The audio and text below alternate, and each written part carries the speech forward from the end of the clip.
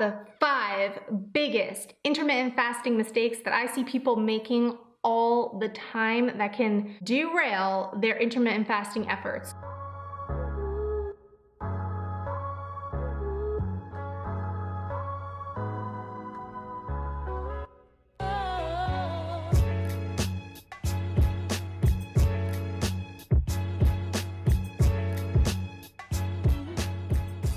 If you're new here, be sure you hit that subscribe button and welcome. It is my goal and my purpose in life to help you get your best results with this lifestyle. So today, the top 5 biggest mistakes that I see people making with intermittent fasting is 1, starting too soon. So if you're just getting started in the ketogenic lifestyle, they try to hop on intermittent fasting before they are fat adapted, and it's basically like taking a face plant, because I see this happen over and over and over again, where they do that and then they end up going off keto, off fasting altogether because it's just too much all at once. So I recommend what you do is you wait until you get those signals from your body that say, I'm not hungry. Actually, I ate like 4 hours ago and I'm still not hungry. This is weird. That's not normal for me. So when you start noticing those little things, that's your body telling you, I'm ready for intermittent fasting. And so that's when you start intermittent fasting and adding that into your ketogenic lifestyle. It typically happens when someone becomes fat adapted with keto. So you just follow your own body's lead. Don't try to jump right into this right when you start the ketogenic lifestyle. Number 2 biggest mistake is they don't give themselves enough time to actually build and allow their hormones to shift when they start intermittent fasting. So within the first 3 days that you decide, okay, I'm ready for intermittent fasting, I'm gonna start this tomorrow. I'm gonna have my first meal at noon. And so when you decide I'm gonna go to noon and I'm gonna wake up at 7 or 5 a.m. if you're like me, and then I'm gonna just not eat anything until noon. And so the first time you do that, if your body has been used to getting the nutrition and the food coming in at 7 a.m. every single day, the first day you do this, your body's going to release the hunger hormone called ghrelin at that 7 a.m. mark, because that's when it's used to getting food. When you do not eat, you're going to be hungry for about 3 days until your body gets the hint, okay, this person's serious. She's not eating anything at 7 a.m. anymore. Actually, food's been coming at noon. So we're gonna change when we release ghrelin to be noon. And so then all of a sudden, intermittent fasting becomes a lot easier. And so you can wake up, you won't be hungry, you'll be able to go to noon, and then all of a sudden at noon you start feeling those hunger signals, and that's when you start eating. And so the first 3 days, don't give up on intermittent fasting those first 3 days. If you feel hungry, don't take that necessarily as a sign of intuitive eating that you need to eat something. Use that as you're just starting intermittent fasting. That's why your body's telling you this. So you're not necessarily hungry. Your body's just producing that ghrelin because that's when it's used to having food at this time. So you know when you could reset that by just waiting 3 days, okay? So you get past those 3 days and you're good to go. The number 3 biggest intermittent fasting mistake that I see is telling everyone you're intermittent fasting. They're going to think you are starving yourself and you are crazy. They're going to say, oh my gosh, are you becoming an anorexic? All of these things.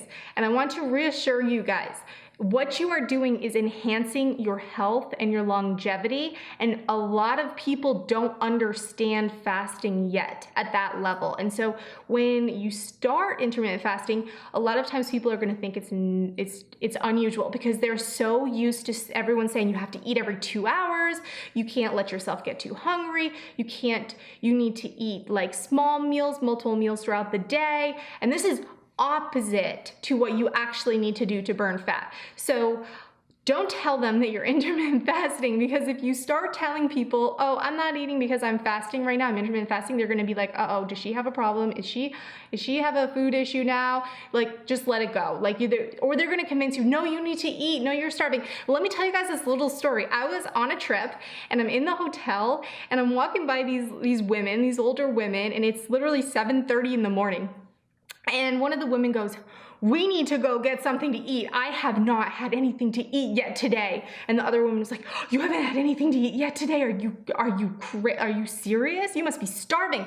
And I was like, are these women like, are they serious? Like they were serious. Like, and of course, both of them were obese women, right? Okay, so a lot of times people are programmed to think they need food and they need to be eating all the time and they need to have breakfast, right? But you don't. And so don't tell anyone, okay? So if you want to make this a successful lifestyle for you, don't tell anyone until you've made it a lifestyle and it's a habit and it's comfortable for you. My number 4 mistake of intermittent fasting is the fat coffees while you are fasted. If your goal is fat loss, and your goal is longevity, there's a ton of mixed information about this out there, but when you're intermittent fasting, the goal is to give your digestive system a break and allow your body to burn the stored fat for fuel. So if you're consuming a high calorie fat coffee first thing in the morning, thinking that it's helping your intermittent fasting, you're flooding your body with calories and fat, and you're stopping the production of HGH, which is a human growth hormone that you want. You want to encourage that, okay? For the skin tightening reasons, the longevity reasons, lengthening the telomeres for anti-aging benefits. So save your fat coffee if you want to have one of those until later in the day. That's what I do. I do not have a fat coffee while I'm in the fasted window, okay? While I'm in intermittent fasting. I will have coffee, but not a fat coffee.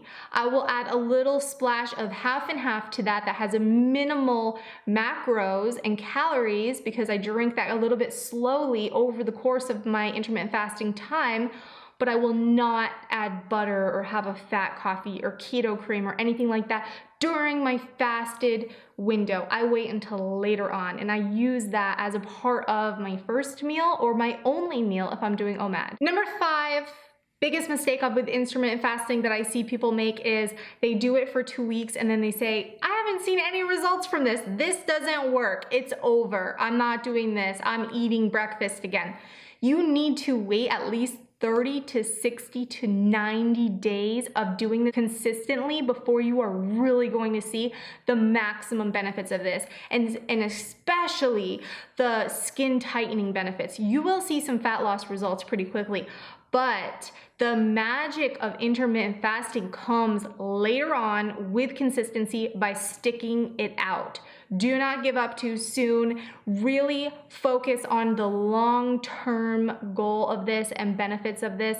And so see what happens to yourself if you stick to a 30-day, I'm gonna intermittent fast every day for 30 days, or I'm gonna do this 4 or 5 days a week for 30 days, and then see what happens after that 30 days to then move you forward in reevaluating if this is something that is right for you, and then continue on for longer periods. Because I can tell you, the longer you do it, the better it gets, the more benefits that you are going to see from intermittent fasting, so don't give up too soon. Thank you so much, guys, for watching this video. I have tons of information right here on this channel to help you get the best results from your intermittent fasting, ketogenic lifestyle. I have daily food vlogs where I share with you my day and take you through a little lifestyle vlog, and it also shows you what I'm eating throughout the day, so to give you some ideas, but to help show up for you, to help motivate you to stay on track to reaching our goals.